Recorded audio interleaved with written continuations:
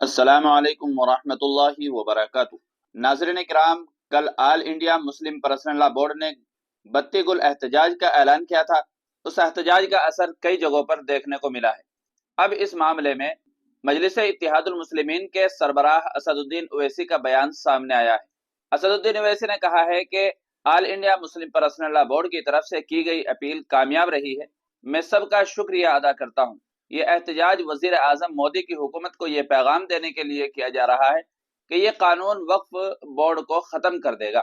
جو قانون بنایا گیا ہے وہ غیر آئینی ہے۔ نئے احتجاج کا اعلان کیا ہے۔ اویسی نے ANI کو دیے گئے ایک انٹرویو میں نئے احتجاج کا اعلان بھی کیا ہے۔